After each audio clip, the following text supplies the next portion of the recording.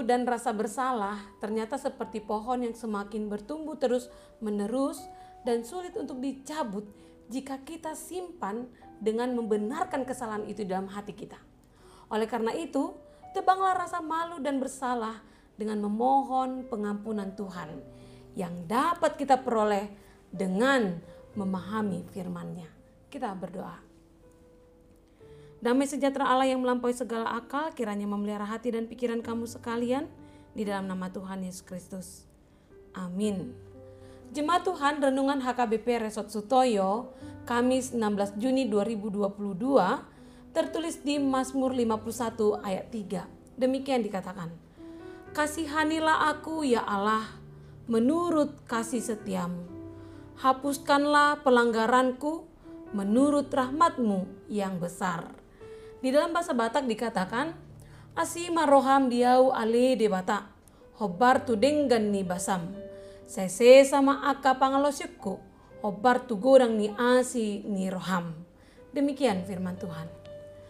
Jemaat yang terkasih, suatu ketika saya pernah mengantar anak saya ke sekolah dan di tengah jalan kami terhambat oleh pertengkaran seorang bapak yang berjalan kaki dengan seorang pengendara mobil.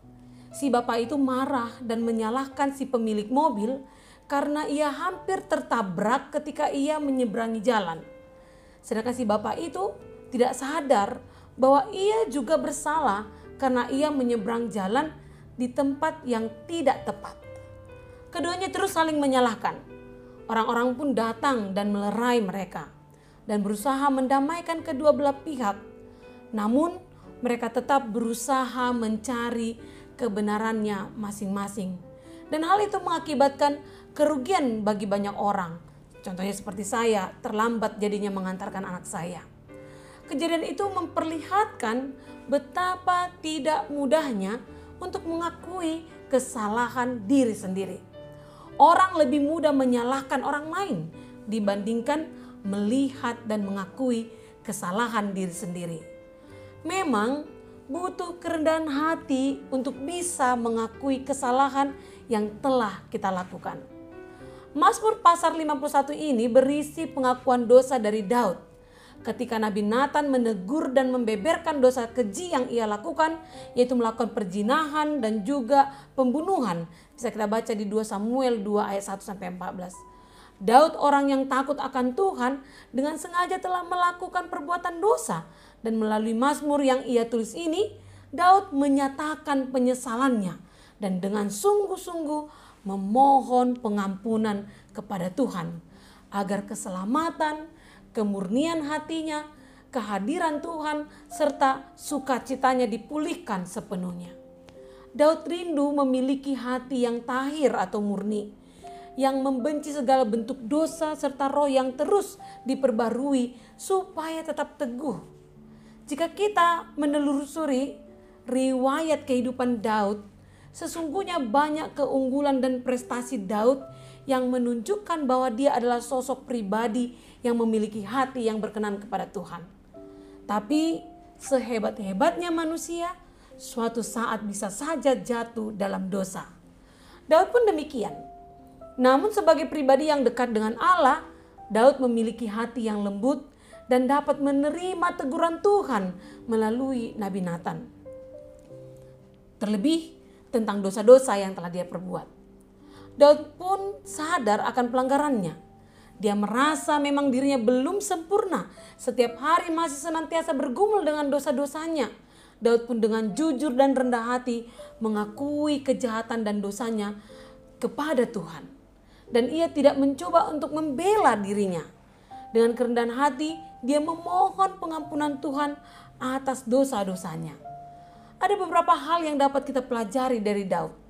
Jika pada suatu saat kita jatuh ke dalam dosa. Yang pertama, mohon belas kasih Allah. Ketika Daud mengucapkan kasihanilah aku ya Allah, kita boleh melihat bahwa Daud tidak mencoba berargumentasi atau membela dirinya di hadapan Allah setelah dia jatuh ke dalam dosa. Sebaliknya, Daud mohon belas kasih Allah untuk pengampunan dosa-dosanya. Dan yang kedua, memohon kasih setia Allah yang tak terbatas. Ucapan Daud yang mengatakan menurut kasih setiamu. Ini menunjukkan Daud memohon agar ukuran yang diukurkan kepadanya setelah jatuh ke dalam dosa bukanlah ukuran amal atau perbuatan-perbuatan baiknya, tetapi sepenuhnya berlandaskan ukuran kasih setia Allah yang tak terbatas. Kasih setia Allah yang tak terbatas mampu mengampuni dan memulihkan Daud seutuhnya. Karena kasih setia Allah melampaui segala kejahatan dan pelanggaran kita. Sangat berbeda sekali dengan seorang narapidana yang memperoleh remisi karena ia dianggap berkelakuan baik selama berada di dalam penjara.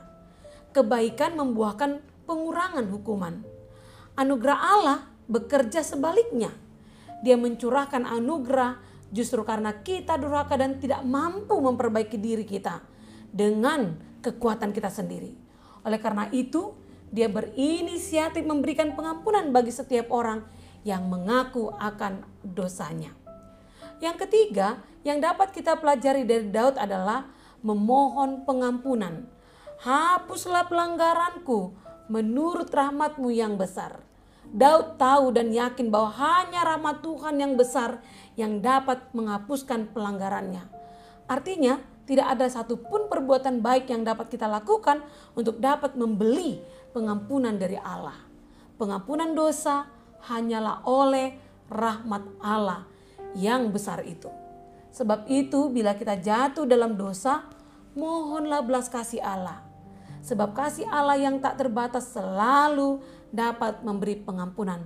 Dan jangan membenarkan diri mencari pembelaan dengan perbuatan-perbuatan baik-Mu. Amin, kita berdoa. Kami sungguh bersyukur memiliki Allah yang penuh belas kasih seperti-Mu Tuhan. Engkau selalu bersedia mengampuni pelanggaran-pelanggaran kami. Oleh karena itu berilah terang Roh Kudus bagi kami untuk menyadari kelemahan dan dosa-dosa kami. Agar kami senantiasa memohon akan pengampunan-Mu. Dan ajarlah kami setia kepada panggilan dan teguran firman-Mu. Agar kami tidak melakukan dosa lagi selama Engkau masih memberi napas kehidupan ini bagi kami. Sertailah kehidupan kami, keluarga kami, pekerjaan kami, pendidikan kami, dan apapun yang kami lakukan. Hendaklah semuanya itu berkenan di hadapan-Mu, Tuhan. Terima kasih ya Allah. Amin. Jemaat Tuhan, selamat merasakan pengampunan Tuhan bagi-Mu, bagi kita semua. Selamat beraktivitas. Salam sehat, Tuhan memberkati.